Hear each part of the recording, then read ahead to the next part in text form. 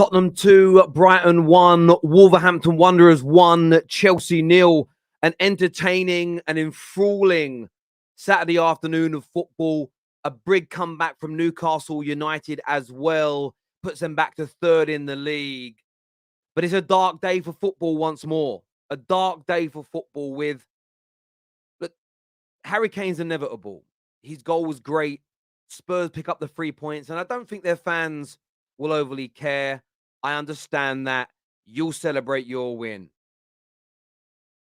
But the decisions we saw in that game today, if you're not concerned as a football fan, and it isn't just Brighton, Tottenham today.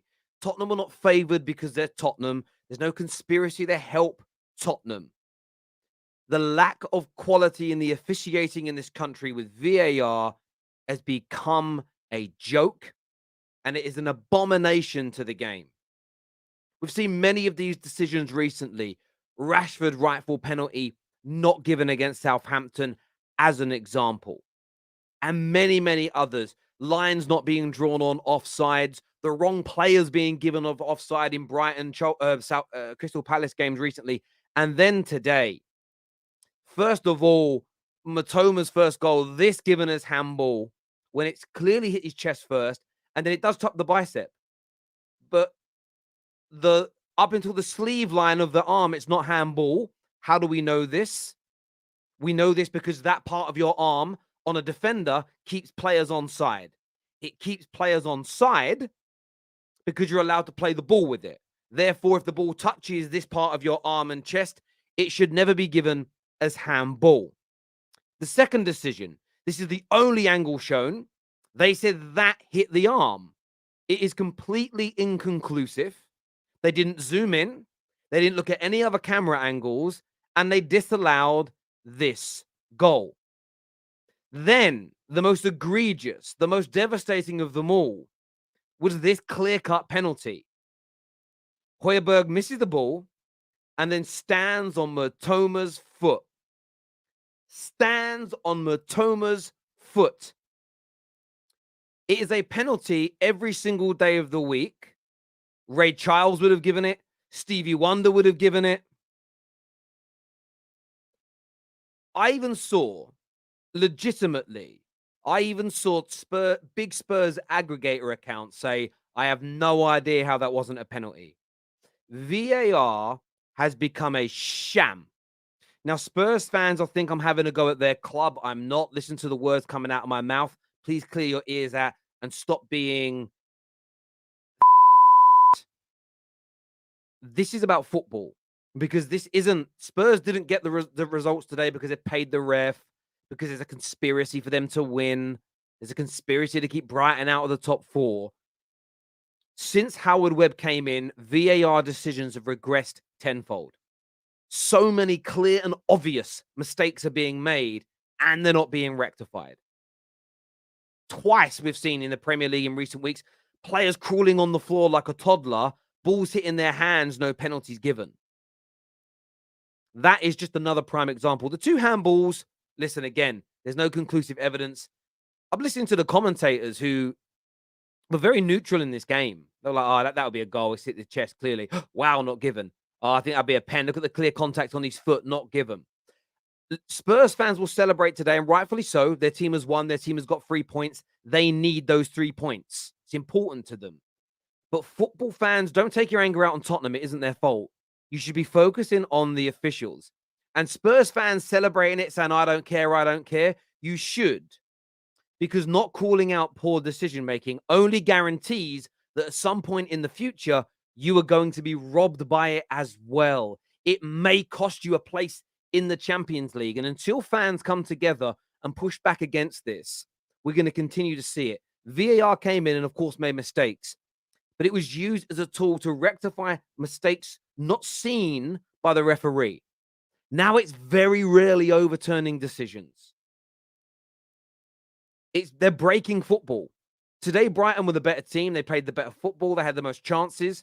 They scored 2 goals that were wrongfully disallowed. There is no evidence they struck an arm or were controlled by an arm. The still shots, the video show it didn't touch below the shirt line. Therefore, it isn't handball. and a clear penalty denied. That is potentially 3 goals scrapped off. And I'm embarrassed as a football fan to see this. Called the same thing out when we saw Wolverhampton Wanderers' goal against Liverpool not given, when it was clearly onside. And they let play go on for like 10 minutes. They broke the protocols to give it. We saw a Mo Salah goal given this year that was clearly offside. The player didn't make a play for the ball. 2 days later, Rashford has a goal disallowed that takes away a record from him that hasn't been broken for 70-odd years at Man United for the exact same thing. VAR is breaking football matches and it is damaging football now. It used to rectify bad decisions. It is now amplifying them to the nth degree. And it's an embarrassment. It really is. It really is. And it will damage. And it will damage your football club. Celebrate it all you want. But it's going to come back and bite you in the backside as well. And I've been saying this for a long, long time now. And people don't want to listen. Because what they really want, people are very narrow-minded. And they focus on their own football club. That is all I care about. And I understand that to a degree. But you've got to wake up and smell the coffee. They're killing football. They're damaging football. They really are. Today's game was ruined by VAR. Not for Tottenham fans. They love it. But for the rest of football. And not because Spurs won. It's ain't about you. It's about the right decisions. We could accept these bad decisions when referees were making in-play decisions at full speed with no help from replays. They literally now have the replays. When Rashford should have had a penalty 2 weeks ago, somebody said to me, Terry, but it's only with slow motion that you can see it's a penalty. That's exactly what VAR is for. So you can have another look. It's honest to God, an embarrassment. Aside from that embarrassment today, we're going to bring panel out on the show soon, so stay with us. Make sure like buttons are being hit. Subscribe to the Football Terrace as well. Plus, listen, number 29 in the UK, the Football Terrace podcast, the top 6 is right now. Thank you all for downloading it. If you haven't done it yet, scan the QR code on the screen or click on the link in the description below. Another embarrassment today, Chelsea. Frank Lampard back. No difference in performance. Why are we not surprised to see any difference in performance? As football fans, why Chelsea fans not surprised? Because he is a bang average manager. The decision to bring him in to steady the ship, the populist decision, I'm telling you what it is now, is because they have no idea what direction they're going in as a football club. They have no idea of the ideology, the style of play, none of it. They have zero idea about what they want to do as a football club. They don't know if they want Luis Enrique. They don't know if they want Jose Mourinho. Chelsea fans will play down the links to managers they don't want as being fake news. Stereotypical. All fans do that for their club. Any news from the same journalist that they like, they say it's brilliant news and they don't call it fake. It's just transparent as a window on a bright sunny day. But they were absolutely shocking again today, Chelsea. Yes, they had the majority of the ball, and they probably, in the end, I haven't checked the stats since about the 60th minute, had more shots, I would assume. 13-9 they had, but only 1 on target again from Chelsea. It's becoming an abomination. And the reason that I said Frank Lampard's a bad appointment is because he's not going to galvanize his squad, because he broke the squad because of bad man management the first time round. This is purely to appease proper Chelsea. Minerals FC. Oh, it's going to be okay because he gets the club. Can't get you to fucking score, though, can he? Can't get you to play the ball properly. You should have made a decision on what type of manager you want. How much due diligence do you need to do? Luis Enrique wants the job. He's the best available. Plays the right style of football. He'd get you playing. The way Todd Bowley and co are running Chelsea right now is Chelsea fans should be in panic mode. Yes, that he's not making the final decisions. Yes, they brought in all these sporting directors. But it's the fact they've made this decision. You don't get between now and the end of the season to build up some confidence and to get the squad galvanized ahead of the summer to really hit pre-season moving. They're going to start pre-season flat-footed. And if you understand that expression, imagine being in a race and you're standing up, and you're flat-footed, facing the wrong way, everybody else is in the get ready, get ready, set position, and then the buzzer goes off, the gun goes off. How that you're never going to catch up. You're never going to catch up. By the time you turn around and start moving, they're already 10 meters ahead of you. And I know it's hard for Chelsea fans. You've got Astrid Ware out here, literally over the news. You got proper Chelsea. Minerals, we're back. He gets us. Proper Chelsea, yeah. With their farts stinking of jelly deals and pie and mash.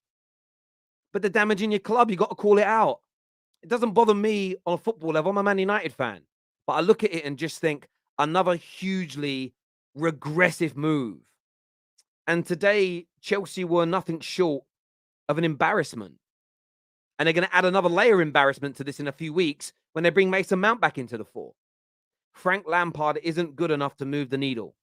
And I'm not saying Luis Enrique would have won in the Champions League, but he would get the team playing before the end of the season. He would give you the green shoots of an ideology to sign for right in the summer, sell right in the summer, and then you come back in. And honestly, a manager like that with the right investment in the summer could get you back into the top 4 or even challenging for a title inside the season. There's a lot of good players in this Chelsea team, and they're going to buy again in the summer. Today was exactly what football fans knew would happen. You've sacked a bang average manager. You were going to go with an interim and realize how bad he was. So you then went and brought in Lampard, who's worse than Potter. Lampard is not as good as Potter as a manager. Yes, he has a 10% better win ratio at Chelsea. Great. He'll win you one more game in 10. Woo! Woo! That moves the needle, don't it? Chelsea fans, I feel for you. I feel for you. You're being absolutely mistreated right now as football fans. You really are. I'm going to go to some of your super chats here. The first one says, Terry, as your big supporter, please do not let Spurs fans take any chest from that game. Brighton and Matoma were robbed. Heartbreaking. Look, I don't think Spurs fans will take chest from it, but they will celebrate. And I understand them celebrating because I would celebrate as a Man United fan if it happened. From a footballing perspective, it has to be called out. 2 goals not given for the most dodgy handballs, and then taking 5 seconds to say no penalty on an obvious foot stamp. The incompetence every week. Doug, you're beyond spot on, my friend, when you say that. Brighton got robbed, and Spurs are not Barca. McAllister will ask Messi to be a witness, is what Debbie here has got to say. Spurs bribed VAR, 2 despicable decisions. Yeah, look, I don't think Spurs bribed anyone. I know that's only a bit of banter. I want to be very clear in my statement. This isn't on Spurs, but this is on football. And football fans have got to come together to stop this nonsense. Should we continue with VAR, Terry? It's getting absolutely ridiculous. Glad that Chelsea lost. Relegation battle for them incoming. VAR serves no purpose anymore. It doesn't overturn incorrect decisions. It only overturns like a handful. And they'll say things like, it has to be clear and obvious. Until we hear what's being said, we have no idea what the referee saw. So what should happen tonight? And this is the thing. I'm only half advocating this, and I'm going to sound very aggressive. For me, what the Brighton fans should have done is storm the pitch. They should have stormed the pitch, not physically not touched anybody, but storm the pitch. Get the game called off if you have to. That's what fans have got to start doing, I think. When these decisions happen, if they make no sense, start storming pitches. Start storming pitches. Surround the referee. Make him explain. Intimidate him. I don't know. Don't hit him. Don't hurt the referee. But storm the pitch and get the game called off. Honestly, the players walk off and stop playing. Something drastic has to be done. As I say, don't hurt anybody. Don't physically touch anybody. But storm the pitch or players leave the pitch. Because what you should be given is, why is standing on someone's foot in the box not a penalty? Why is it hitting the shirt, the top of the bicep? Why is it handball? But when that part of the body's onside, the goal's given. These things need to be explained to football fans. Storm the goddamn pitch or walk off. Walk off, stop playing. You were going to lose anyway, so walk off, forfeit. What that will do, at least it'll create a song and dance. And literally, football fans everywhere say, until we get explanations for these decisions, we're going to storm every pitch. Players say, until we're given clear, when we ask the referee for an explanation, they just say, go away. Until we get explanations, we're going to walk off the pitch and not play. The Premier League the TV companies will make them change their ways. We've got to do something. Brighton were not robbed, coming from a Spurs fan. Brighton were not robbed. If you don't think they were robbed, then I'd love you to explain why, my friend. Even when VAR favors my team, I still feel dirty. Well, that's how you will feel when you know you've been given an incorrect decision. Back in the day before VAR, everybody got incorrect decisions because it was given in the moment. In the moment it was given. But nowadays, it's like they can go and check it and rectify it. And they were doing that. They were doing it. And now suddenly they're not. It makes no sense. And you can also say it's terrible advice to say storm the pitch. Why not? These football fans pay thousands of pounds a year to watch football, and the correct decisions can be made by using VAR, and they're not. They're losing thousands of pounds a year of their personal money, and we're being given no explanation. Storm the pitch, or players leave the pitch. Start doing something tangible. Otherwise, we're going to keep being robbed. Do it. Do it. It's not. What's wrong with it? As I said, don't hurt the ref. Don't hit him. Don't beat anyone up. Don't do anything stupid. Just walk, or the players walk off the pitch. Do something tangible. What is it with English people? What is it with English people and their inability to do something tangible other than just fucking moan? Weakness of English people annoys me. It really does. You're missing the point. Explain the point then, Marshall Forbes. What's the point you're making? Why shouldn't people storm the pitch? Why shouldn't players leave the pitch? All we're asking for is for referees to be mic'd up so we can hear what's going on. We need explanations. Until we get it, let's do something that forces it. It would take one weekend and you'd get this in, and then there'd be no more robberies. Then you fix football for the long term. Moaning about it has done nothing. Or the other option, we all just shut up about it. What do we do? What do we do? What do we do to fix the game they are ruining? Why is there not a petition to overhaul VAR? There comes a point when you have gone so far that this is officially it. Someone needs to start one ASAP. But what's a petition going to do? There needs to be tangible action that's going to damage and hurt the revenues of football and clubs for them to force it along. It's the way you make action, man. It's the way things are done. Need to see the handballs again, but that was Stonewall. The penalty was raging myself when we never get that kind of pen against Brentford. They'll get worse as well. Of course they will. If fans don't do something, it will get worse. Terry, no way these are mistakes. What if the refs are making bets? I refuse to believe incompetence is to this level. This is seriously disgusting. Mate, it's not a bad shout. I don't think it's corruption. Maybe it is, though. Hope the energy remains the same if these decisions are in favor of Man United and your beloved Arsenal. Outrage should not just be for them. So, Akash, you haven't been watching my channel for the years it's been out. I got threatened to be beaten up outside Old Trafford because I said Rooney should be banned for diving. I've done it to my own team. I'm as honest and as unbiased as the day is long. But thank you for the super chat. Unai Emery is proof positive that Gerrard should never get a top flight manager position ever again.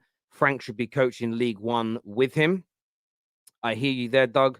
Havertz is clearly not working at all, but why is he still starting and not giving Aubameyang a chance? So who is picking the squad, Todd or Frank?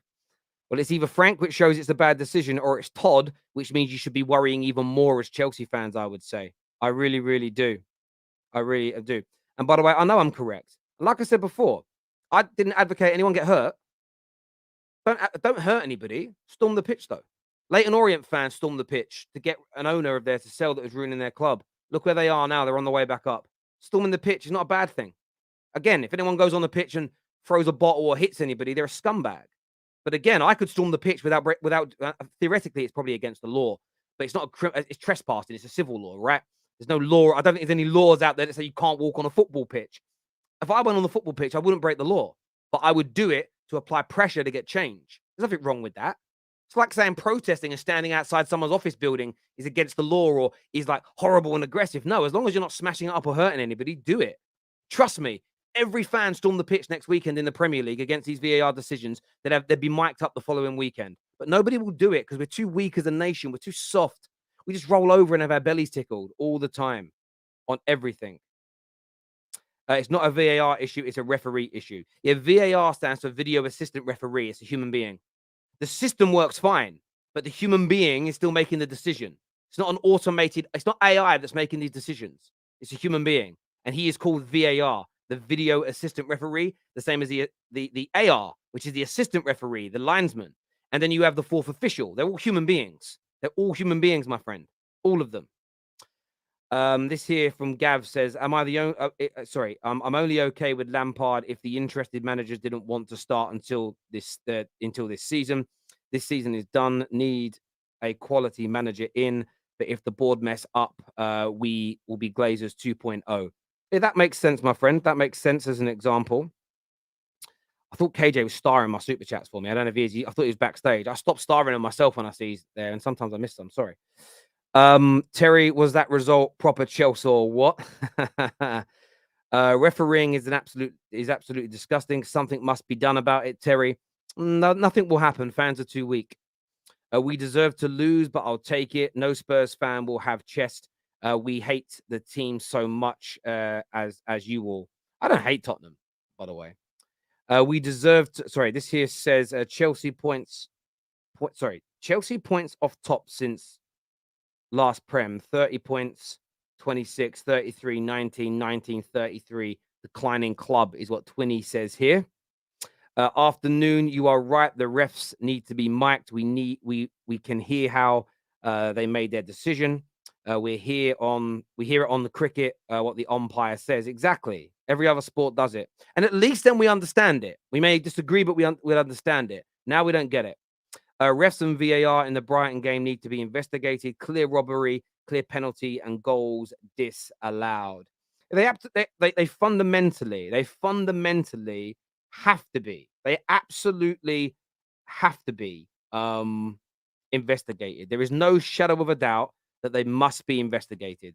Like, I'm going to bring the panel out now, people that have their say on the show. Smash the like and the share buttons. Let's do it.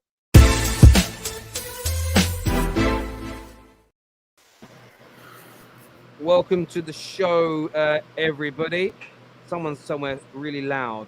I'm not too sure whose background that is. So I reckon it's Jacob because he's in America and he's probably got aircon. That's I'm going to take a guess at what that is there. Welcome back. We're going to go to the Spurs fans first of all. Deji, my guy, of course, congratulations on the win. But like, how do you feel about it, considering the decisions in the game as well? Yeah, look, I'm going to be honest with you. Tottenham lost 3-2 today. On the one hand, I'll take the 3 points. But, any Tottenham fan watching that game, we can't be happy. It's still the dead football. Stellini is bloody Antonio Conte reincarnated. And, Brighton played some wonderful football. I thought it was harsh. I thought Welbeck's goal was a good goal. I thought Matoma controlled it well and he buried it. But, it's one of those ones where Tottenham got the rub of the green today. That is it. We didn't do anything. We didn't deserve any points. We didn't even deserve the draw. But, Arsenal are quite happy to be at the top in what I reckon is one of the poorest seasons since the Premier League has started. And if they're happy to be top in this crap season, then I'm happy to take the 3 points. It's that simple as that. I hear what you're saying there. Orchie, I mean, do you share the same sentiment there? Yeah, I would say I don't know what everyone's going on. I think it was a fantastic performance. It was a great game. I think Tottenham did really well, is what I wish I could say. But clearly that is not the case. It was another really, really poor performance. I mean, look, we're at home, and teams like Brighton we should be playing like how they were playing, especially in the first half. I think Tottenham really got away with one today. It must have been somebody's birthday, maybe, I don't know. But we really got the rub of the green.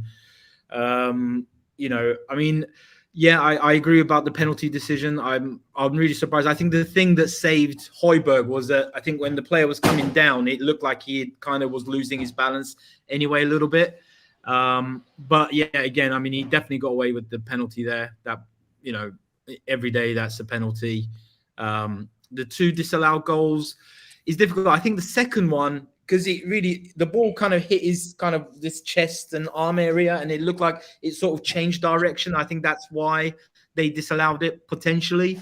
But I mean, yeah, performance. I mean, as you can see, because it was going one direction in one way, and then it sort of really changed direction. It kind of then started going downwards.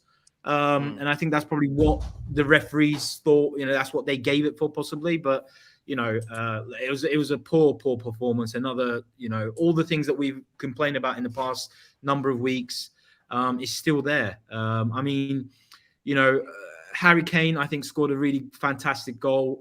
I thought, why didn't I saw when the ball was coming to him, I saw him go to kick that ball. And I was thinking, God, please let him get it on target, because he had plenty of space. He could have controlled it and rolled the ball. He could have gone further into the area and shot it more closer to goal. But what balls on him to take that first time? So I think he scored a fan. Obviously, Son's goal was amazing, but apart from the goal, he didn't do much again. Just this whole team just needs to be completely, redone from top to bottom. I mean, the defense is a joke.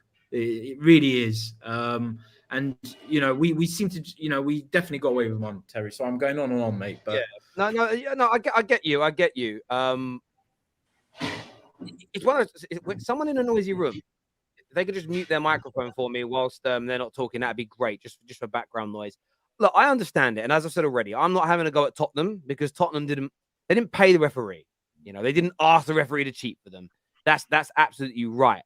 But these kind of decisions have been going on so long. I couldn't believe my eyes. And can anybody make an argument on the panel as to why that's not a penalty? Does anybody think it's not a penalty? No, that's a clear I'll penalty. say yes for argument's sake. I don't think that's a penalty. I'll argue that's not a penalty. I don't care. At the end of the day, they didn't call it. It all comes out in the wash, in my opinion. You could be upset we didn't get this. You could be upset they didn't call that. To me, I'm going to quote my man Stephen A. Smith. I don't care. I simply don't care. We won the game. 3 points, ugly as hell. I'll take it. It doesn't matter to me. You got to look at what you're wanting this season to be as a Spurs fan. What are we hoping for? For me, I'm not really hoping for much other than to be entertained. I was entertained. Stellini got sent off with his arms crossed while his assistants fought the other assistants. I mean, who didn't enjoy that? I saw two great goals from our two best players. To me, I was entertained. I can't hate what I saw. Obviously, we're not a good team. We're not a well-managed team. I don't enjoy a lot of aspects about this season as a Spurs fan. But at the end of the day, if I'm waking up at 8 a.m. to watch, if I'm waking up at 5:30 a.m. to watch a game, I just want to be entertained. And I was entertained today, so I don't care. Give me them 3 points. Yum, yum. I hear you. Just on the red card to the managers, I only learned this during the game, that say two assistant managers fight each other, the managers can both be sent off, because part of their protocol is if you don't control your coaching staff, you're accountable. I actually like that. That's a very good rule. It's like for me, right? If my kids mess around, I get in trouble, not them. Do you know what I'm saying? So, control your kids. Egal's here. I want to ask Egal. Deji just said that he's happy to take these points today and maybe be fourth in the league because it's a shit season, because Arsenal are willing to celebrate being top in a shit season. Well, it's the truth. Why are you taking so long to answer? I can't even fathom what he said. He basically said, I'm willing to be a loser because they're willing to be winners. Am I wrong?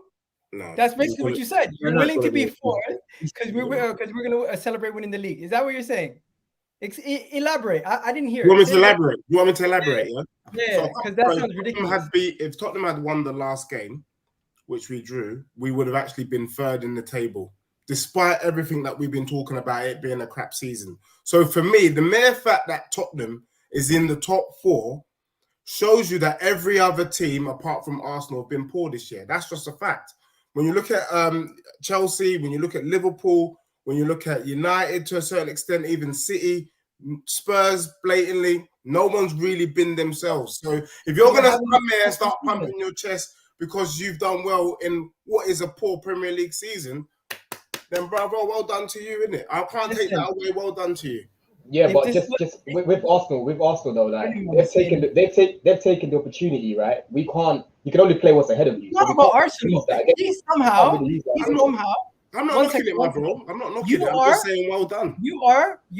I'm not going to speak for everyone here, but I feel like some of these Tottenham fans definitely would disagree with you, and they would say this season has been horrible. And if you're sitting there saying this season is a good season because you're third or fourth, you have a loser mentality. You absolutely are the definition of what Daniel Levy loves as a Tottenham fan, because you're going to be cheering on this team, celebrating the fact that you finished third and fourth in a season where your fiercest rivals, who've been behind you for 6 years, are now going to potentially win a league, and you're going to be celebrating third and fourth, saying, you know what, this season hasn't been that bad, and trying to downplay Arsenal's title rather than talk about your success. I didn't even come here for Tottenham, but that's the biggest loser mentality. Deji, you're my guy, but you're a definition of what Daniel Levy loves as a Tottenham fan. You are going to go sit there every single day, clap for Son and Kane, and lose every single year and not win anything and still celebrate. That is a loser mentality. And even the Tottenham fans here are nodding their heads, agreeing with me that is the definition of what a loser is. Celebrating that your fiercest rival's winning a league and you're just celebrating because you're where you're supposed to be. What is that?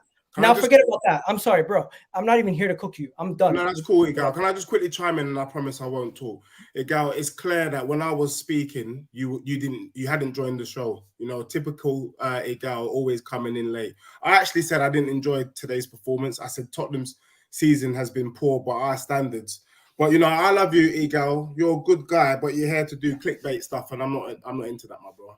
Bro, it's not what you said. I'm not into this. I'm not into that. I ever heard in my life. Rubbish, bro. What you said it? You literally said it. No, bro. I said it's been a poor season, right? The whole season's been poor, and you're coming on there pumping your chest. I said, well done. You've won the league, great. But actually, when you really deep it, most of the teams have been poor, bro.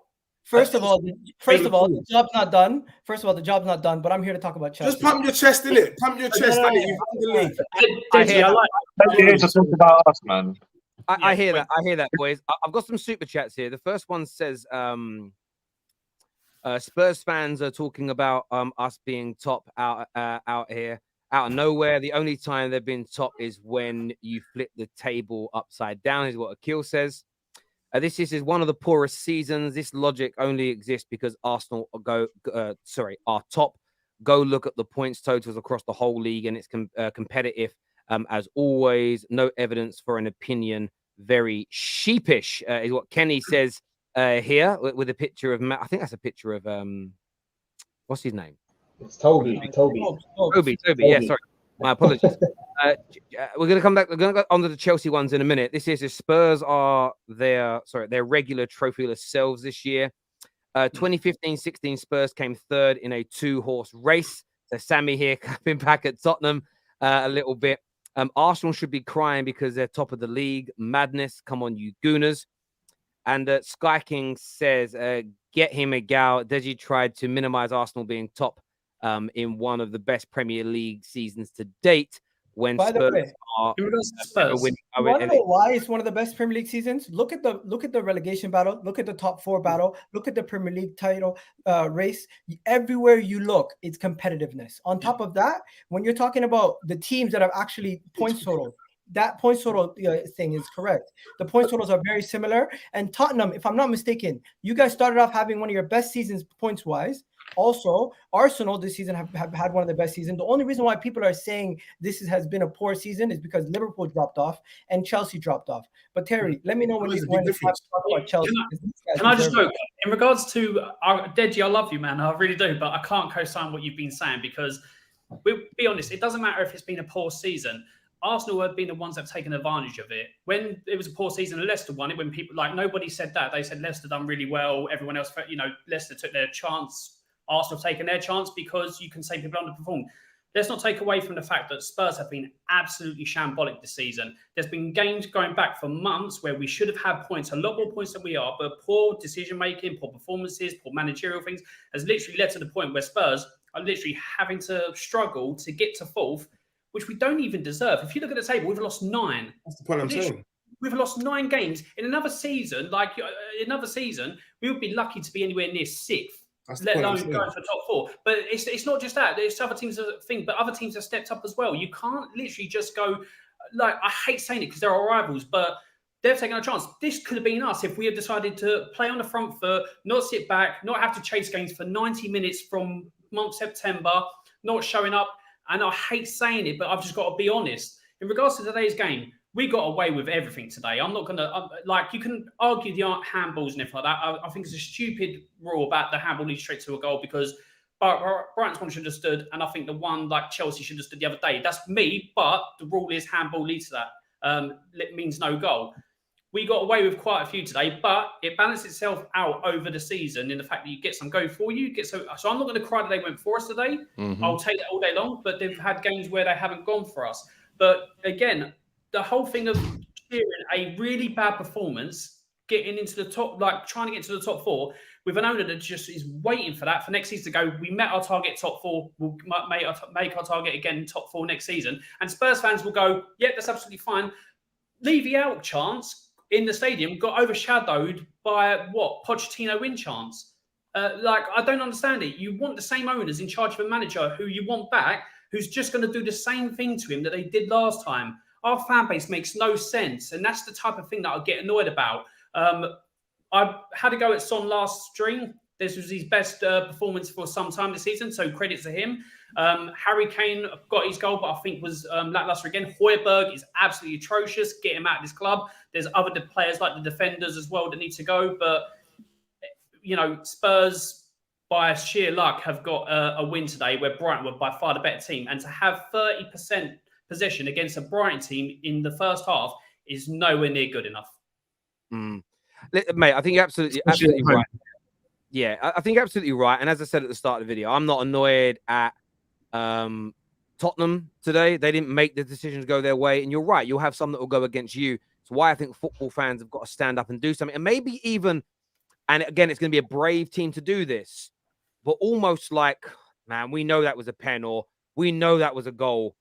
Walk it into the back of the net. Like, I know a professional team won't do that, but it maybe will take a gesture of that magnitude to make all we need is them mic'd up so we understand. And I think once they're mic'd up, they'll stop because since Howard Webb came in around December time, the way the decisions are done, it's almost like they do it to protect the referee. It's like, right, if we overturn less, unless it's every now and then we might have to apologize for something, but they protect them. This whole notion of they're overturning 3 or 4 decisions a game. I think referees look at that as a bad thing. When they first brought in VAR and you were getting additional penalties, and man, as a United fan, I remember my ones more. The penalty after the final whistle against Brighton, rivals hated it, but it was right because what's his name stopped Maguire's header from going in. No one saw it in real time. We would have been the ones who were robbed if it wasn't given. When VAR was doing that, I think me and David had this conversation a lot. Like, VAR was like saving football. It was making the right decision. Sometimes you didn't agree with what they gave, and there were a few dodgy ones. I remember a red card Arsenal got for like a clip of the heels and whatever else. But the majority were right. Now, the majority are bloody wrong. They don't overturn anything. I'm going to do some super chats. Then we're going to talk a bit of Chelsea. This says Arsenal. Sorry, that's already been done. Hearing Egal talk about loser mentality when he was sucking on 8th position twice. Now it's great, but he had the ultimate loser mentality 2 years ago, is what Blaze says. You're going to win the league. You're going to be crying. This is from man like Staffy. How you doing, bro? He says Egal was posting compilations of Arsenal being in the Champions League this year before they bottled 4th place. Lol. But now it's loser mentality, is what Staffy says here. This from TBG said there's no logic for the season being poor. Arsenal already have more wins than Leicester had their whole season that they won, and relegation teams compared to previous years. Bandwagon opinion is what TBG says. Steve-O says, Terry, this Spurs fan proves why it's bad to date and knock up your car. Oh, Jesus Christ. I didn't even read that until I read it. I don't believe it's true. Deji's family are not like that, but thank you. Mic'd up and ex-pros in the VAR room. I don't think you need ex-pros. I'm not an ex-pro or an ex-ref, but I could referee the games better than them. I just really could. I can't believe the B-Tech Matt Riddle on your panel is a Spurs fan. Who is Matt Riddle? I don't even know who that is. What's up with that, bro? I have to Google it. I don't know who that is. Spurs boy ready to concede the league in a race where they were never in. Weak Mao mentality, at least continue to live vicariously through City, is what Sky King has got to say here. Chelsea. By the way, people, thank you for hitting the like button. We're closing in on 1,500 while we're live. Get that done now. David, talk to me about Chelsea today. What I expected, to be honest. Lampard's not a good enough manager, and we played badly. We've had bad managers, got bad players, and we played badly. Simple equation. No, we didn't create any chances. To be fair, the goal we conceded is genuinely, that's a contender for goal of the season. That volley's unreal. I'm not even gonna lie. That volley's unreal. It's an unreal volley. It's a good goal. And apart from that, Wolves didn't really create anything. But again, overall the performance was poor. Should be better. Should be beating Wolves. But that's been the story of the whole season. So I'm not really too fussed. Again, for me, this season's over. Especially now with Lampard. There's no way we're winning any Champions League. Get that out of your head. That's not happening. It's now just about who they appoint next. That's all I care about now. That's it. Lampard's a good enough manager to get me one more point to get to 40, but he's not a good enough manager to win the rest of the games of the season and get us in the Conference League. So for me, he's doing his job, and I don't hate it. I don't hate it. That's it. I get you there. Do you agree with that, Don? It was just so amateur today, Terry. Like, why would you go to a back four when we've been so poor all season in the back four? Like, I know Frank Lampard had his job at Everton, probably had to focus on that, right? But he's supposed to be proper Chelsea, right? Surely you'd have been watching our games and you would have known that Cucurella in the back four has been getting cooked all season. If we dare start Cucurella against Rodrigo at the Bernabeu, we are going to get smoked. We are going to get cooked if we play Cucurella at left back. It goes back to the personnel. You can't play three in midfield with no ball winners. You expect Gallagher to be your ball winner, but we've got no physicality in there, Terry. Every single midfielder today is just getting bumped, getting knocked. We've just got nothing in the midfield. So just to go back to basics, play a back five for the rest of the season. Stop persisting with Kai Havertz because he hasn't got the instinct that a natural striker does. When Aubameyang came on, I know Aubameyang isn't the same Aubameyang he was at Arsenal, but you can see the little bits of movement. That's the natural instinct that comes in there when you're a natural striker. Getting in there, getting in the box. There's a little ball that Reece James played over to him. He's not playing balls like that to a player like Havertz. So, yeah, like David said, listen, I didn't expect anything different. This goes back to a lot of the people on Twitter that have been going on about if Frank does this, should he get the job permanently? This guy should be managing in the Championship now. Like, he should. The job he got at Derby was fast-tracked to him because of his name as a player. I love Frank Lampard as a legend of the game and legend of my club, but he's just not good enough as a manager. So today just showed it. Going to a back four when we've been absolutely terrible and we just don't have the personnel to play in a back four. So yeah, man, I've checked out. I've been out since Southampton. Again, Spurs, I was numb to that game when we lost. When do we ever lose to Tottenham? And when would I ever have a reaction where I just didn't care? So yeah, man, I'm just going through the motions now. I'm just seeing what happens against Madrid, but that's it. I'm just waiting for the next appointment. Hopefully, looking forward to next season. I hear you on that, and I'm going to go to OG in a minute, but I want to ask Egal this question because for me, I think the Lampard appointment was ridiculous. It was a populist decision to appease the match-going fans. Almost to buy them some time because I don't think they have a plan around the manager they want. And you can tell that by the different profiles they're linked to. What was your reaction and feeling around today's game? Is that just a sign of more things to come, in your opinion, Egal, for Chelsea? Same old Chelsea. 4 managers this season. Nothing's changed. The exact same team, the exact same style of play, the exact same motions, the exact same issues arise. And Terry, as you said, is Frank Lampard the guy you guys really needed? I always keep going back to Todd Bowley because he's the guy who's making the major decisions. He's the guy who's hiring all these people and firing all these people. So I'm going to say it one more time. Is Frank Lampard the appointment you needed? Is Frank Lampard the short-term appointment you should have got? You just said you got him just to keep you up. So now Chelsea Football Club are hiring former managers just to keep themselves from getting relegated. Is that what you're saying? Because Chelsea 2 years ago under Roman Abramovich, you would have gone and you would have got Hansi Flick or you would have gotten Luis Enrique. You wouldn't care that Nagelsmann wants to wait until the summer. You would have brought somebody else in that's a high level that would have seen you through. You guys, I get it that you want to understand what's going on and you want to just be happy with the situation. A lot of people do, and probably you sold yourself on Frank Lampard in the short term is a good idea. But the reality is, your owner doesn't know what the hell he's doing. He's continuously trying to bandage over things and just trying to appease you guys, trying to make you guys happy. That's the reality. And this game, these kind of performances for the remainder of the season is just going to make you guys more upset at your players, at the situation. But today, you just continue to see the same issues. I don't even want to go through it. Kai Havertz, you go through some of the players in the midfield not doing their job at times. And it's just like, you don't need to go through. You don't need to go and analyze this game. You can just watch Chelsea's last 15 home games or 15 away games. Last 15 games this season. Same issues. They struggle to score goals. They get good chances, and they don't have any finishers. Yeah, but Egal, when it comes to Todd Bowley, the reason why we're in this mess is because he left the sacking of Graham Potter too late. If he'd done this in January, or if he did it before the World Cup, got rid of him then, we would have never hired a manager like Frank Lampard. And the reason why they're taking a little bit of time now is because Graham Potter was hired 24 hours after sacking an elite manager in Thomas Tuchel. So they obviously want to make the right appointment. Because Enrique, yeah, he could come in now. He hasn't got a job at the moment. But who's to say that he is the appointment that they want right now? They might want a Nagelsmann. And if Nagelsmann says, I want to start afresh in the summer, there's nothing we can do, unfortunately. So when you hear all the things that have been coming out of the club, they've got nicknames for Graham Potter. Graham Potter apparently asking the players, what do they think of me during training sessions? I've said this multiple times in the streams that we do, like amongst ourselves, right, as Chelsea fans.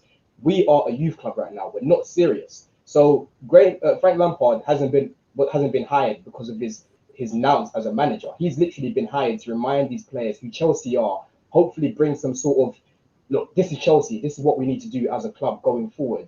But in terms of the season, it's done. He's only been brought in to hopefully lift the fans, lift the place a little bit, and that's it. But on the pitch, you're not going to see anything really differently in comparison to that. You set yourself up. Yeah, but it's going to get worse, guys. It's going to. You guys think this is going to be 1-0? I didn't want Frank. I didn't want Frank Lampard. You know what? I got someone in already, but clearly I'm just going to say this. My boy Monster used to come on here and say this stuff like pray for the rivals. At this point, it's pray for Chelsea, because you guys are going to go through this for the remainder. It's not even a joke. You said it yourself. You're prepared for hurt for the remainder of the season. You're prepared to lose all majority of your away games. You're prepared to grind out results and maybe get 1-0s here and there, 0-0s for the rest of the season. That's basically what you're saying. You're not in the rest of the season has been written off. And I really believe you guys, if you're going to write off the season, you should. If you're going to write off the season, you could have at least tried to salvage it by bringing in a quality manager. I agree with you. I agree with you, because ideally, in an ideal world, I would have brought in the manager that's going to take over from next season, right? Because we need to prepare for next season. Ideally, I would have loved that, but unfortunately, this is where we are. I'm not going to panic. I'm not going to scream and shout about it, because Frank Lampard is a club legend, and I know he's not being brought here to be a coach. He's just literally being brought here to hopefully sort things out that are going on in the background and hopefully get us to 40 points. But surely we can get at least a draw. You know what? If you guys do get Nagelsmann and he ends up working out, amazing. But if you guys bring in a Luis Enrique or a Hansi Flick in the summer, it would have been a waste of time this whole time. This is again for me. No, but listen, negotiations. We can't just give Enrique what he wants right now. He'd have probably asked for some. I want to be the second most paid manager in the world, and we can't say nothing. We'll be like, here you go. We've got no choice. But at least in summer, we could do this little apprentice. We're doing this little fake apprentice. We're interviewing all these managers. Hopefully that will help us give someone like a 3-year contract and not this crazy astronomical payouts. Because I don't want to become a club that's just always offering 5-year contracts, second most paid manager in the world, sacked, next one, pay him out. By the time we sack 2-3 more managers, FFP would have caught up to us. You know what I'm saying? They're already saying the amount we paid Potter, just add a little bit more, we can't got Declan Rice. You know what I'm saying? We're paying managers what you do with superstar transfer. So I'll rather take up our time. We're out of everything anyway. Like, what's the worst that can happen? We lose to Real Madrid 8-0 in aggregate. Lampard's done that before. He lost to Bayern Munich. Was it 8-1 or something like that? Like, they can't get any worse. 7-2, I think. All in aggregate, bro. It was a murdering. It was a murdering. Like, so it can't get any worse. Literally, like. So I'll take this Lampard. I know Lampard's doing it. There's jokes saying Lampard's doing it for free. But he's definitely doing it for some cheap, low cost. He ain't effing us over. He's not going to leave and we have to pay him another 10 million every single year. So it is what it is, man. I'm happy to have Lampard there. And he might do 1 or 2 little things in the back. He's not going to do nothing for us on the pitch. He might do something in the back. Maybe help Kante get a contract. That's one thing I'm hoping for. But on the pitch, it's going to get worse. We're going to get... Only game I see us winning or getting a point in is Nottingham Forest at home. Yeah, I got tickets to that game. That's the only game I have trust in. People talking about, oh, we're gonna beat them in the Emirates. We're Liverpool. We're gonna F up Arsenal. We're not gonna beat Arsenal in the Emirates, man. That's a pipe dream, fam. No, I hear you. David, you were going to say something a minute ago, mate. I was going to say, for me, again, ironically, Egal's the one person who's talking about you have to look in the future and blah, blah, blah. But I think, again, sacking Potter late, I don't think you can apply until you know who the next manager is. Because for me, everything that's going on right now screams it's going to be Nagelsmann. For me, personally, the way that I look at it, I'm looking at the reason why Lampard is here now is because they have to sort out a severance package to get him out of Bayern Munich, because he is still technically underpaid from there. If it was going to be Enrique and they really wanted Enrique, regardless of how much you have to pay him, they would just do it now. Because ultimately, it's better, even if you write this season off, it's better for him because he can start installing ideas and blah, blah, blah. I think Nagelsmann is the club's actual target. And if so, it makes perfect sense for Lampard. I'm not actually against Lampard in terms of on the pitch. I don't really care what goes on the pitch anymore because, oh no, if I lose to Man City 3-0, or I lose to Liverpool, I lose to Arsenal, it doesn't really matter anymore because I'm not fighting for a league place or anything.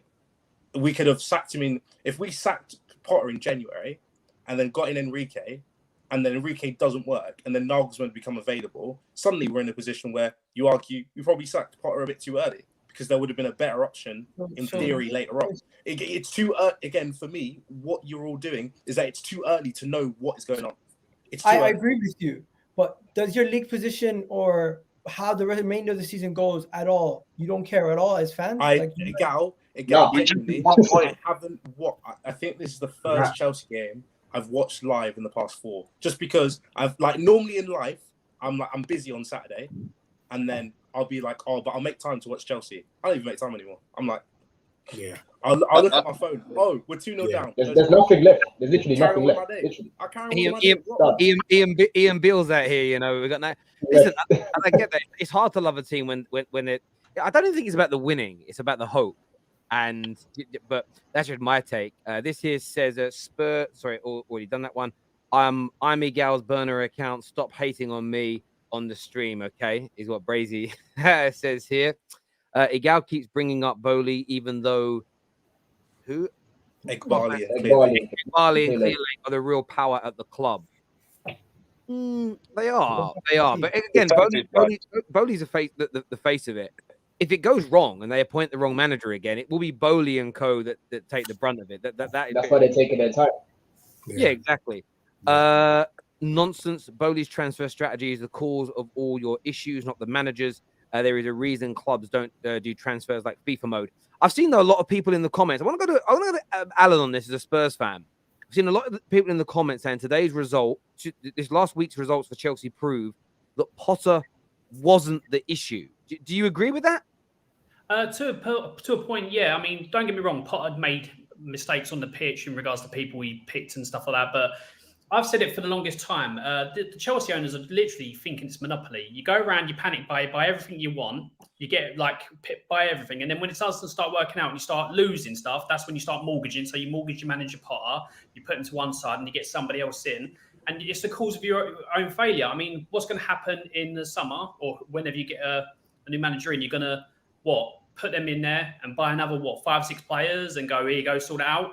You've got to either bring a manager in who's going to work with that group of players and go, we've already put, 400 million in since we come into this team. You've got to deal with that. Or the new manager's going to come in and go, well, I want these 3 or 4 players. And then you've got to go, well, we've got all these assets that are going to stay. It's just a complete mess because you didn't have a clear plan. Todd Bowley, if it was him going, we're going to buy all these players, is the one that's caused you all these problems. Let's look at the other team that's brought in so many players, not the Forest. You had that many players to one team, and even the best manager is going to struggle to fit so many identities and so many players into a team where there was no full process. Now, Arsenal fans will obviously go, look at our process. It took us 3 years. Obviously, Chelsea fans have been brought up on money and success and instant success. So they're not going to listen to that. And then they're going to obviously try and listen to a Spurs fan and go, you haven't won anything. But this is just obviously looking at it from the outside. It looks like crazy madmen running your club and buying willy-nilly and not having a clear process. And that's what's made you like this. Again, I I would disagree with that. agree with you. 1 second, I would. I think Potter, if he had had time and been able to work, he's been like that. He did have time. Chelsea aren't going to be the team to do Again, that. Alan, And then you're going to probably bring in who are you going to bring in the summer? Probably a top quality manager. I don't think it's going to work straight off the bat. I think it's still going to take at least a season to go over there, to get Chelsea playing the way that we can with the quality you've got, because you have got quality.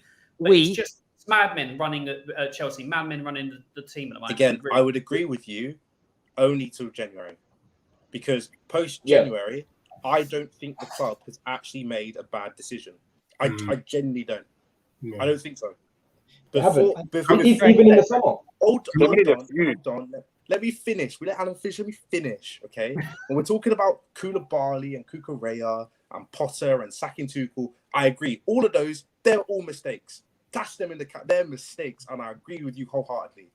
After January, when we had footballing people making footballing decisions, I haven't disagreed with the decision. I agree with giving Potter a bit longer than I would have given Potter, because ultimately that was the guy you decided to choose from. If that's gonna be your guy, and then you sack him straight away, he wasn't your guy in the first place. So at least they gave him a bit more time. And I think part of the reason why he got sacked is because better options than what that were before, as in better options that were. Oh, I've lost my train of thought now. Better options were available after he got sacked than before he would have got sacked. Because before it was only Enrique. Really, for me, the only manager that made sense would have been Enrique. Now you've got Nagelsmann and Enrique. It gives you a bit more of a choice of what you want to do.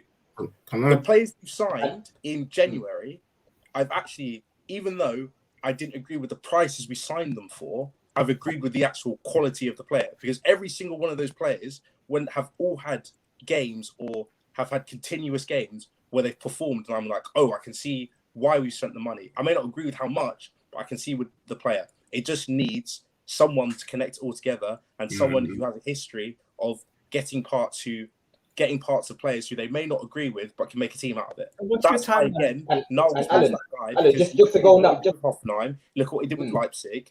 Those are teams where he kind of got players that were all put together, and they were like, oh, make something, and he did.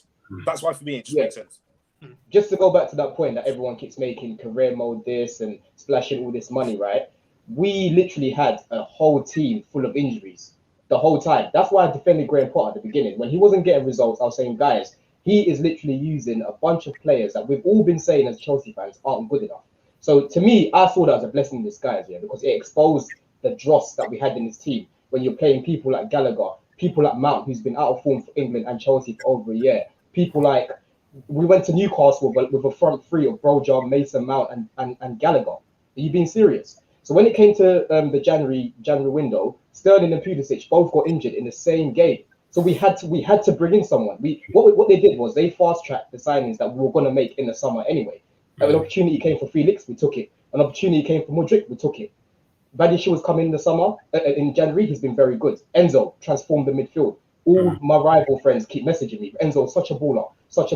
Badiashile, such a baller. So as of January, when we've actually had Vivell, we've had Lawrence Stewart, we've had Win Stanley, all these people upstairs, we've actually fixed up. In the summer, right? Yeah, we got rid of Rudiger, we got rid of Alonso, we got rid of Christensen. Logically, they tried to get Koulibaly to, fit that Rudiger sort of mold. They went out to get Cucurella, who again Pep was chasing. Let's not act like he wasn't player for Brighton last season. He's flopped so far, but it is where it is. These things happen. Aubameyang, we needed a finisher. We could not go in the season with Kai Havertz. So all this 600 million career mode stuff, to me, you have to look at the context behind it. We had so many injuries, we literally just fast-tracked the signings. And as Chelsea fans, as of January, we've been happy with what Todd Bowley's done. It's rivals that want us to not be happy with the signings that we made.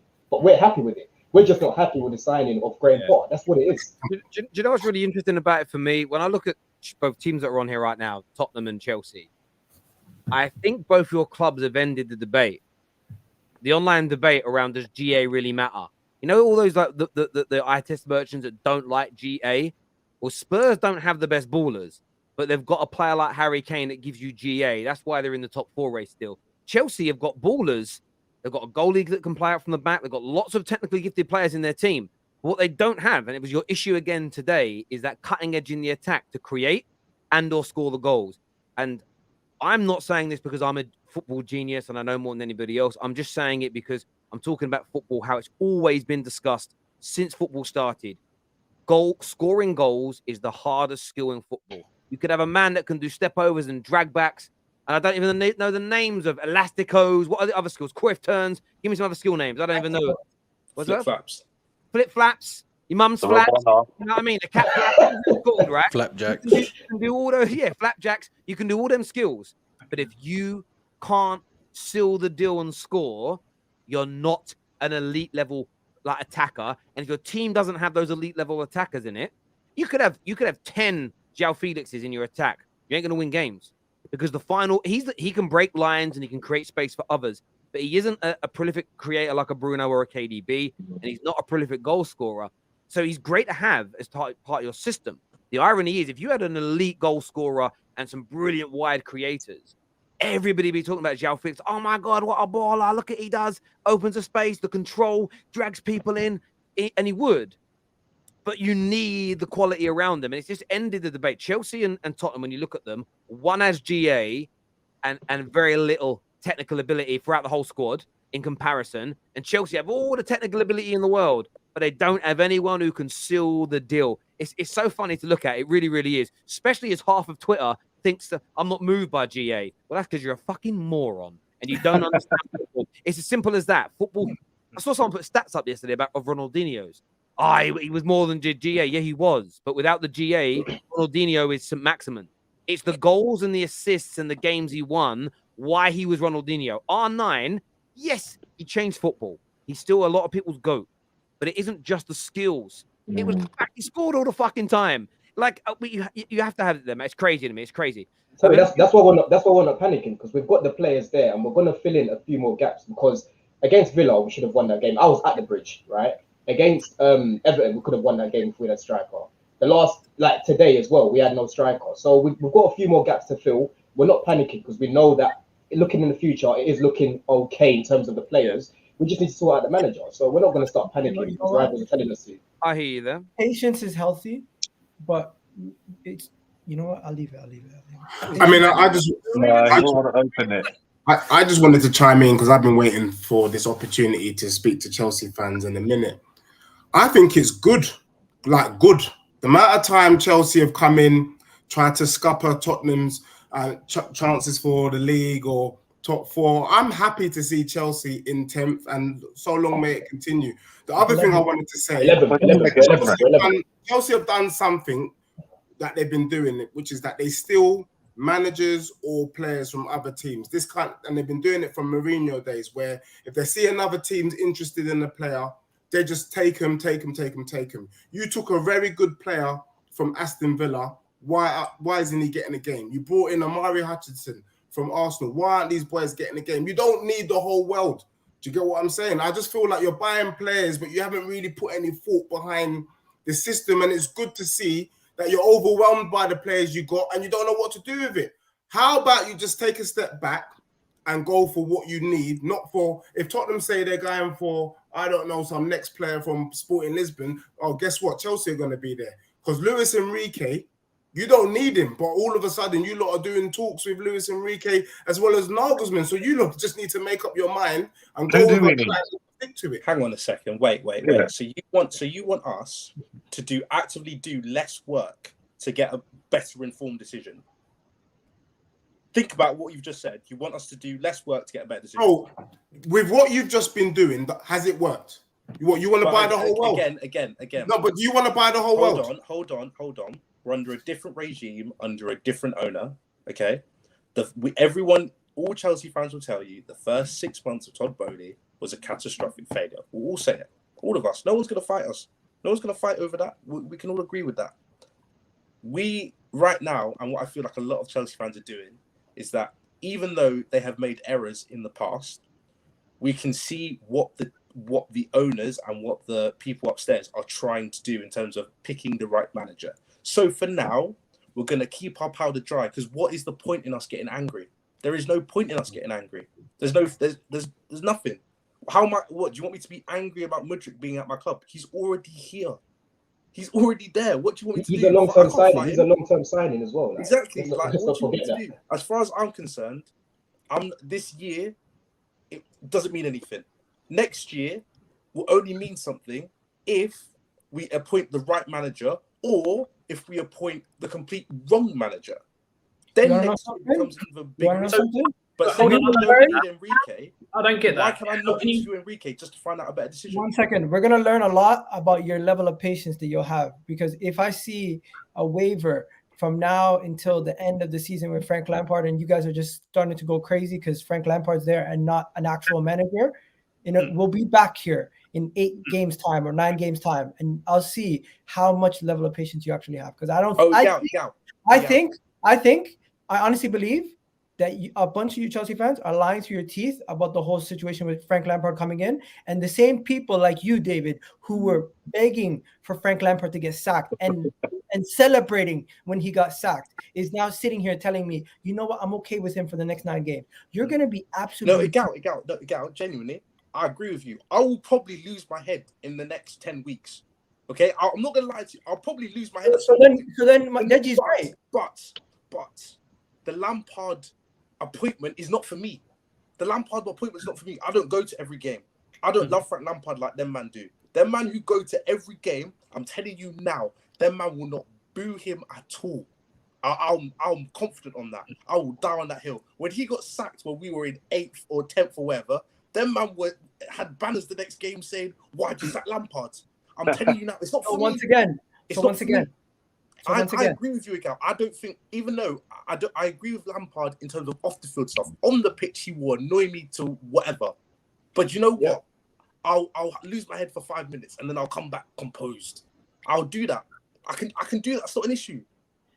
We didn't want it. Egal, you're talking like we wanted Frank Lampard to come. We didn't want it. I didn't want it. I was rattled when I saw that news. I was saying to my boys when I saw TalkSport tweeting it, I said, nah, they're only doing that because he was at the game yesterday. Then I'm seeing Ornstein and that saying, oh, they're thinking about hiring him. I said, no way.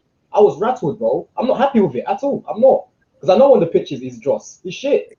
Exactly. But them 18,000 season ticket holders, them man love him to death. They'll love him till they die. I can't believe Chelsea fans are accepting this tape 11th when they've spent 400 million. I can't believe you're accepting because again, Alan, That's exactly what I was going to say, Alan. But Alan, it's not the first time. Guys, in the interest of time, I've got to go through some of these super chats here. So I was muted trying to say it. New owners have made some bad decisions. Yes, old ownership is the reason a rebuild was needed. The reason we lost players for free, Lukaku too, is what Gav says. They're tidying up a lot of the mess that Marina. You can't get at old owners when they won you guys everything. Yes, but it was deeper than that. When was the last time we competed for the league, Egal? You won the Champions League 2 years prior. Yeah, but we're trying to get sustainable success now. Hence why they're doing what they're doing. Bro, you wouldn't be Chelsea if it wasn't for the scattergun sacking, continuously trying to win now approach. This was always going to happen with the way the old regime. This was never going to happen under Roman. Roman Abramovich, no matter what. Roman Abramovich made a million mistakes. As much as he wanted to. It doesn't matter how many mistakes he made. I can sit here and say Roman Abramovich. 1 second. I could sit here and say Roman Abramovich has been the best owner in the Premier League in the last 20 years. Yeah, but we should. That doesn't mean that we shouldn't criticize things when he makes mistakes. You can criticize him, but this whole thing that is like the guy who the owner and the ownership group that got you to what you guys are, right. Terry. If you go back to previous super chat, basically criticizing that owner in hindsight because you have a new owner is completely backwards. Again, if Roman Abramovich was still here, Chelsea Football Club would not be 11th. Chelsea Football Club would have a proper manager, not Frank Lampard, and Chelsea Football Club would not be spending ridiculously without an actual plan. You do realize if we didn't win the Champions League and the Club World Cup with Tuchel, right, the trophies that we won, you do realize we wouldn't have won a trophy for 5 years, right? You do realize that. You know that. What are you talking about? You won the Champions League. You won the Club World Cup. I'm saying to you that the Champions League covered all the cracks that were going on back in the background. Because if we did not win that, we would have won the trophy for 5 years, bro. Did you care? You were celebrating the Champions League win. None of us here give a shit. Of course I care, because I called out the mistakes that they were making at the time. I was calling it out. Did you care when Jose got sacked and Conte came and delivered you a league title? Did you care when Thomas Tuchel delivered you a Champions League? No, you said this team is going to push on. Stop acting like you're missing a key point. You're missing a key point. Nobody. 1 second. Stop. I feel like Chelsea fans are very defensive. Terry and the Tottenham fans on the panel. Do you give a shit if your team wins a league or a So, championship. Egal, what you're saying to me? What you're saying to me is, if our owners aren't doing the correct things, right, and making mistakes, we can't criticize it. Is what you're saying? Because we're winning all these. I'm not saying don't criticize. I'm not saying don't criticize. I'm saying you're blatantly lying. You're blatantly lying to our faces if you're saying you're upset about how you got to those successes. We weren't. He didn't say I didn't say I was upset. I said they made mistakes. As much as we won the trophies, I said they made mistakes. They did make mistakes, and a lot of what the new owners have done now is to rectify those mistakes that they made. We didn't sign a midfielder since God knows when. 2017 was it, David? 2017 was the last time we signed a midfielder. Made mistakes. And what's his name? Kovacic. I agree you've made mistakes, but the win now approach of Roman Abramovich would paper over those cracks, as you guys have continuously said. Yeah, but Egal, the win, to work around it. Our approach had an expiry date. Okay? Exactly. It had a period where it worked, and you could see that the date was getting longer and longer and longer between competing. Okay, so in the same way, Arsene Wenger is your greatest ever manager. There was a point when it was like, you know what, his time has come and he's got to be moved on.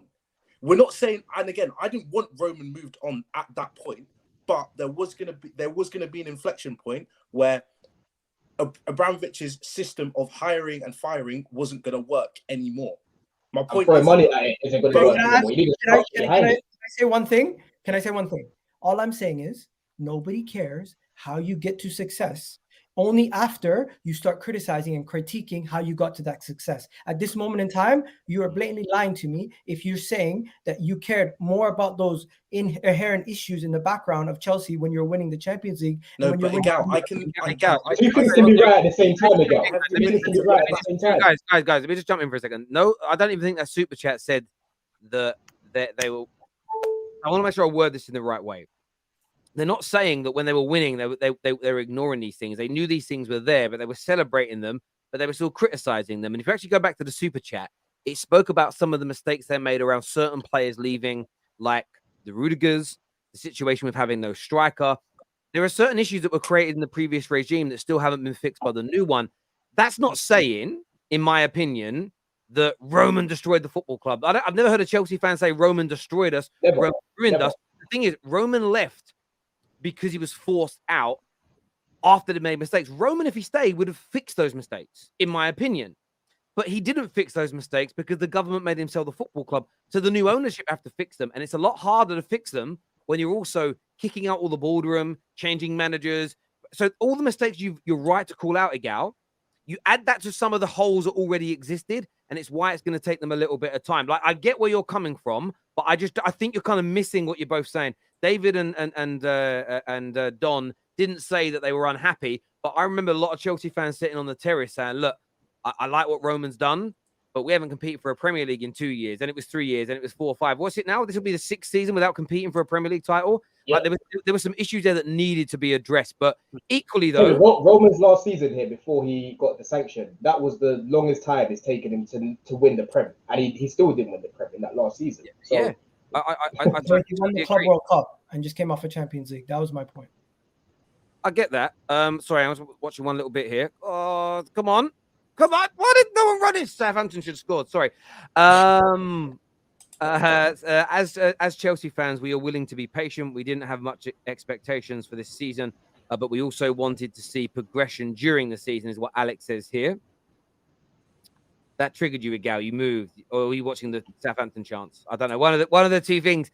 Egal got all distorted there. It's crazy how much money people have made from Chelsea losing. For some reason, Chelsea are always heavy favourites, and they lose every single time. Look, listen, when Man United were going through seasons losing 10, 11, we were still favourites in nearly every game, but against the top 6, it was ridiculous. The problem is Chelsea don't have a system and buy players with completely different profiles. A team is about the right system and profiles. This is what I agree with. This is the only thing I'd be concerned about right now as a Chelsea fan, is what manager and does he match our players? Haaland 1-0. Lovely. Sorry, yes. Sorry, just Haaland 1-0. Just Haaland 1-0. As I said, lovely. Right at half time, it was Haaland 1-0. But there we go. David is right. Todd Bowley is proper Chelsea mate. Is what Nima says. Yeah. Chelsea squad got worse year on year in the last 5 years. Cracks became canyons, is what Gav has got to say. There we go. Look, boys, I want to thank you all very much for coming on. Viewers, I know a lot of you have smashed the like button already. A lot of you said you'll do it at the end of the show, so please do that now. Make sure you subscribe and turn on the bell notifications and download the Top 6 podcast on Spotify right now and give us a nice little 5-star review. That would be amazing. But to Orchi, Don, OG, Egal, David, Allen, and the other gentlemen have left the show already. Thank you all for coming on. Until next time, take care. Goodbye. God bless.